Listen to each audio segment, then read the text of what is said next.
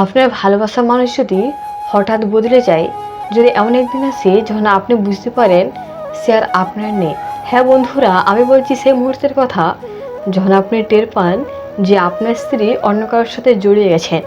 কিন্তু এখন প্রশ্ন হলো, আপনি কি করবেন? সম্পর্ক ভেঙে ফেলবেন নাকি তাকে আবার ভালোবাসার পথে ফিরিয়ে আনবেন? আজকের ভিডিওতে আমি আপনাদের জন্য এনেছি এমন 6টি উপায় যা বাস্তব জীবন থেকে নেওয়া কাজ করে শতভাগ। ভিডিওটি একদম শেষ পর্যন্ত দেখুন, কারণ প্রতিটি পর্বে আছে এমন কিছু টিপস যা হয়তো আপনার জীবনটাকে বদলে দিতে পারে। চ্যানেলটা সাবস্ক্রাইব করে রাখুন। আমি রেসু আর আপনি দেখছেন লাভলি রেসু। নাম্বার 1, নিজেকে সামলে নিন। স্ত্রী পরকীয়ায় জড়িয়েছে শুনে প্রথমে মাথা গরম করে সিদ্ধান্ত নেবেন না। নিজেকে সময় দিন। আবেগের পরিবর্তে যুক্তি দিয়ে ভাবুন। নিজের মানসিক স্বাস্থ্য ঠিক রাখতে মেডিসিন, কাউন্সেলিং ইত্যাদি শুরু করুন, কারণ আপনি ভেঙে পড়লে পরিস্থিতি আরও খারাপ হবে। নাম্বার 2, সত্যটা জানুন, সন্দেহ নয়, নিশ্চিত হন। শুধু অনুমানের উপর ভিত্তি করে স্ত্রীর বিরুদ্ধে অভিযোগ করবেন না। বাস্তব প্রমাণ ছাড়া তাকে কষ্ট দিলে সম্পর্ক আর ফিরবে না। আলাপ করুন খোলাখুলি, তাকে সরাসরি জিজ্ঞেস করুন, কিন্তু গরম মেজাজে নয়। প্রয়োজনে একজন তৃতীয় পক্ষ, যেমন কাউন্সিলর বা ঘনিষ্ঠ বন্ধু, এর মাধ্যমে সত্য জানার চেষ্টা করুন। নাম্বার 3, সম্পর্কের ভুলগুলো খুঁজে দেখুন।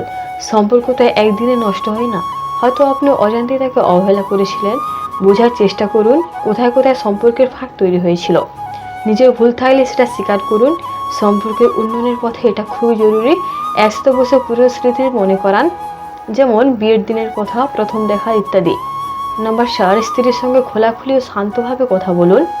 রাগের মাথায় কথা বললে সম্পর্ক আরও জটিল হয়। শান্তভাবে কথা বলুন, জানার চেষ্টা করুন সে কেন এই পথে গেল। কখনোই হুমকি বা গালাগালি করবেন না। তাকে বোঝান আপনি তাকে এখনও ভালোবাসেন এবং সম্পর্কটা বাঁচাতে চান। নাম্বার 5, একসাথে কাউন্সেলিং করুন। পেশাদার কাউন্সেলিংয়ের সাহায্য নিন। তারা অনেক সময় এমন সমস্যার খুব কার্যকর সমাধান দেন। স্ত্রী যদি রাজি না হয়, প্রথমে আপনি একা যান, পরে ধীরে ধীরে তাকে যুক্ত করুন। একসাথে কথা বললে অনেকে ভুল বোঝাবুঝি পরিষ্কার হয়। কাউন্সেলিং মানে এই নয় আপনি দুর্বল, বরং আপনি সচেতন।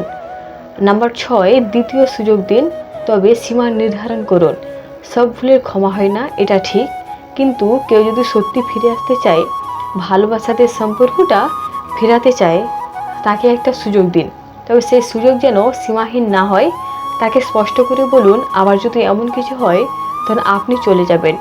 সম্পর্ক মানে একে অপরের প্রতি দায়িত্ব, শুধু ভালোবাসা নয়।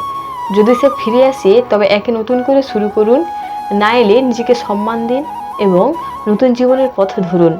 বন্ধুরা, ভালোবাসা মানে পারফেক্ট জীবন না, ভালোবাসা মানে প্রতিদিন চেষ্টা করে যাওয়া। যদি আপনার স্ত্রী সত্যি আপনার কাছে ফিরে আসতে চায় তবে তাকে সময় দিন, আর যদি সে চলে যেতে চায় তবে নিজের মানসিক শান্তিকে অগ্রাধিকার দিন। জীবন থেমে থাকে না, আপনি ভালোবাসতে শিখুন আগে নিজেকে। এই ভিডিওটি আপনার জীবনের সবচেয়ে অন্ধকার সময়ে আলোর পথ দেখাক, সেটাই আমার চাওয়া।